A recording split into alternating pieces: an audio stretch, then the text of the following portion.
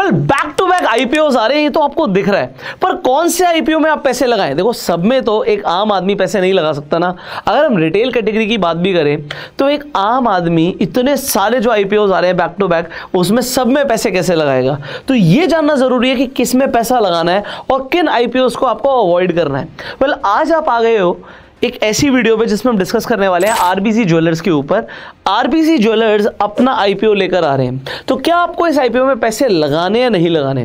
Well हम सबसे पहले वीडियोस में डिस्कस करते हैं हर आईपीओ के ऊपर कि उसका ग्रे मार्केट प्रीमियम क्या चल रहा है। कमाल की बात है, जिस वक्त मैं वीडियो बना रहा हूँ, अगर आप ग्रे मार्केट प्रीमियम चेक करने जाएंगे इंटरनेट पर तो आपको कोई भी हलचल नहीं दिखेगी।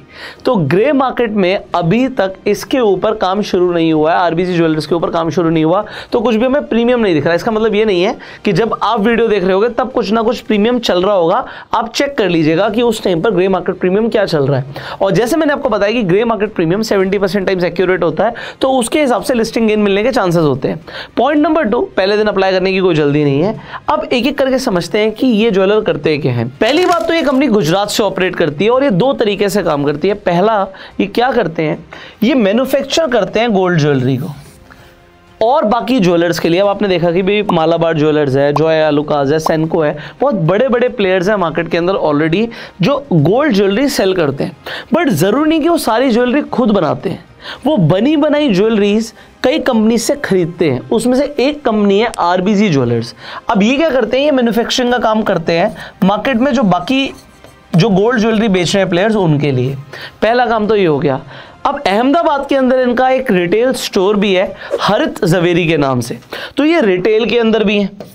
बट मेजरली ये क्या काम करते हैं, ये एंटीक ज्वेलरीज की मैन्युफैक्चरिंग करते हैं। एंटीक ज्वेलरी आपने बॉलीवुड में खासकर देखी होगी, कई सारी मूवीज में जो फीमेल्स होती हैं एंटीक ज्वेलरी पहनती है, खासकर टेम्पल ज्वेलरी आती है। अब आजकल जो ये टेम्पल ज्वेलरी और ये एंटीक ज्वेलरीज बनती हैं, ये बनती हैं हाइड्रोलिक प्रेस डाइस से। अब इसके अंदर 3D प्रिंटिंग मशीन्स भी यूज़ होती हैं। ज्वेलरी में काफ़ी एडवांस टेक्निक्स यूज़ होनी शुरू हो गई हैं। बट अब ये जो एंटीक ज्वेलरी होती है, जब इसमें गोल्ड ज्वेलरी की बात करते हैं, प्योर गोल्ड की, तो वो 22 कैरेट की ज्वेलरी होती है। अब उसे बेचने में कंपनी को इतना मुनाफा नहीं होता जितना पोल्की ज्वेलरी को बेचने में होता है। पोल्की क्या होता है, जो डायमंड के ऊपर की कटिंग होती है ना, उससे बनती है पोल्की। तो वो ऊपर की एक परत होती है सिर्फ डायमंड की, बट उसमें मार्जिन काफ़ी अच्छा होता है। तो जो कंपनी एंटीक ज्वेलरी के अंदर, खासकर पोल्की के अंदर या जेमस्टोन ज्वेलरी के साथ काम करती है, तो वहाँ पर वो मार्जिन निकाल सकती है। अब इंडिया के अंदर जो गोल्ड ज्वेलरीज बनाई जाती है उसके अंदर ऑर्गेनाइज सेक्टर इतना एक्टिव नहीं है। अब ऑर्गेनाइज और अनऑर्गेनाइज का मतलब क्या होता है, अनऑर्गेनाइज सेक्टर के अंदर बहुत सारी ट्रांजैक्शंस कैश के अंदर होती हैं, वहां पर प्रॉपर अकाउंटिंग नहीं होती।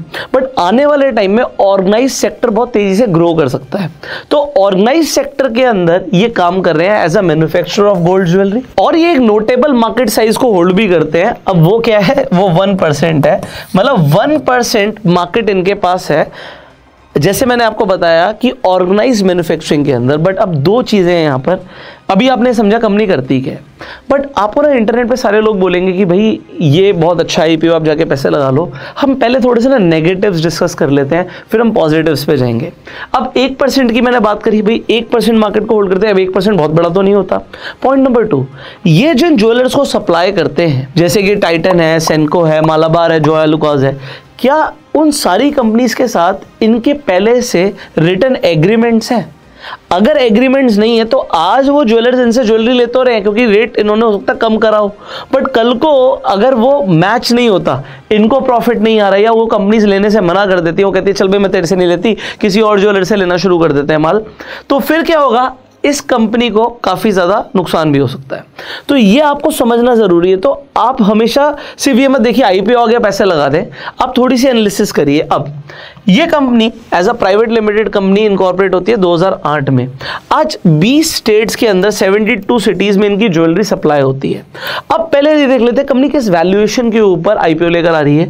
भाई 13.7 का पीई रेशियो है और आरओई और आरओसीई मतलब रिटर्न ऑन इक्विटी और रिटर्न ऑन कैपिटल एम्प्लॉयड 27.49 का है। डेट टू इक्विटी 1.02 का है। तो यहां पर मुझे एक डिसेंट वैल्यूएशन दिख रही है।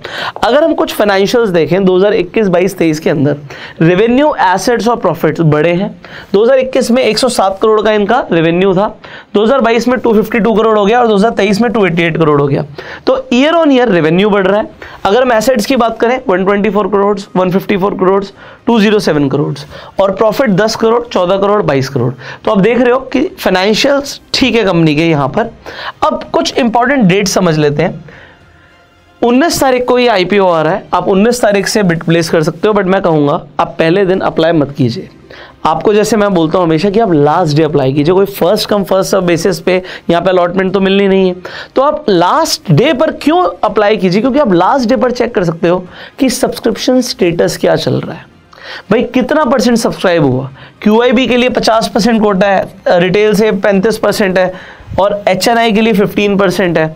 तो आप ये देखिए QIB में कितना परसेंट सब्सक्रिप्शन आया, रिटेल में कितना गुना सब्सक्रिप्शन आया, HNI में कितना गुना सब्सक्रिप्शन आया, और उसके बाद चेक कीजिए कि यहाँ पर लिस्टिंग की उम्मीद कितनी ज़्यादा है।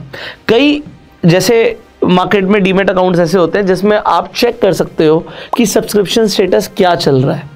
तो आप सब्सक्रिप्शन स्टेटस चेक कीजिए, आखिरी दिन पे अप्लाई कीजिए, तसल्ली से अप्लाई कीजिए। उसके बाद अगर आप प्राइस बैंड देखते हो तो 95 to 100 रुपीज़ का एक शेयर आप 100 ही मान लीजिए, क्योंकि यहाँ पर इशू साइज़ बहुत छोटा है, 100 करोड़ का इशू साइज़ है। क्योंकि 100 करोड़ का इशू साइज़ है तो मुझे पर्सनली ऐसा लगता है कि ओवर सब्सक्राइब होगा। और दूसरी चीज़, क्योंकि ओवर सब्सक्राइब होगा तो आपको हायर बैंड ही चूज़ करना पड़ेगा। आपकी इन्वेस्टमेंट क्या होगी, 150 शेयर्स का एक लॉट है तो आपकी इन्वेस्टमेंट आएगी 15,000 रुपये की।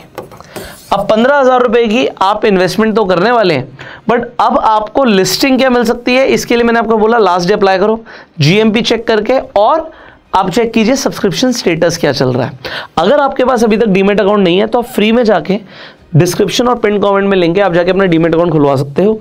और अगर आपको अच्छे आईपीओ में अलॉटमेंट चाहिए होता है जहां पर आपको दिख रहा है भाई बहुत ज़्यादा ओवर सब्सक्रिप्शन है, तो सिर्फ एक अकाउंट से अप्लाई मत कीजिए, आप घर में मल्टीपल लोगों के डीमेट अकाउंट खुलवाइए और फिर अप्लाई कीजिए, तभी आपको चांसेस होंगे अलॉटमेंट मिलने के। पिछले कई अच्छे आईपीओज आए जिन्होंने बहुत अच्छे लिस्टिंग गेन्स दिए, लोगों को काफ़ी मुनाफा हुआ, बट उसमें प्रॉब्लम यही होती है कि अलॉटमेंट नहीं मिल पाता। अलॉटमेंट चाहिए तो आपको मल्टीपल अकाउंट से अप्लाई करना पड़ेगा। ओके, आगे बढ़ते हैं। अब आपको यहां पर अलॉटमेंट मिलेगी कौन से दिन पे, 22 तारीख को आपको पता लग जाएगा कि आपको अलॉटमेंट मिली है या नहीं मिली है।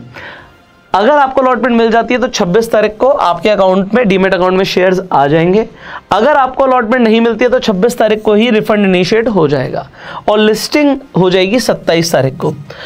अब 27 तारीख को जब लिस्टिंग होगी लोगों को पता लग जाएगा भी उन्हें मुनाफा हुआ है, कितना हुआ है। मुझे पर्सनली ऐसा लगता है, अगर मैं यहाँ तक की एनालिसिस देख रहा हूँ और जिस हिसाब से मार्केट अभी बुल रन में है, तो लिस्टिंग गेन्स तो मिलेंगे, बट क्या मिलेंगे, कितने मिलेंगे, वो आप चेक कर लीजिएगा। मैंने आपको दो चीज़ें इंपॉर्टेंट बताई हैं कि आपको GMP चेक करना है, grey market premium, last day पर अप्लाई करना है सब्सक्रिप्शन स्टेटस देखकर। तो यहाँ तक की इन्फॉर्मेशन आई होप आप लोगों के लिए काफ़ी रही होगी। अगर आप चाहते हैं हम किसी और IPO को भी कवर करें, उसके ऊपर भी वीडियो बनाएं, तो कमेंट करके जरूर बताइएगा। Finally you can share this video to spread the awareness. Subscribe कर लीजिएगा, बेल आइकन पर क्लिक कीजिएगा जिससे आने वाली एक भी वीडियो आप मिस ना करें। See you in the next video, till the time you go self made and जय हिंद।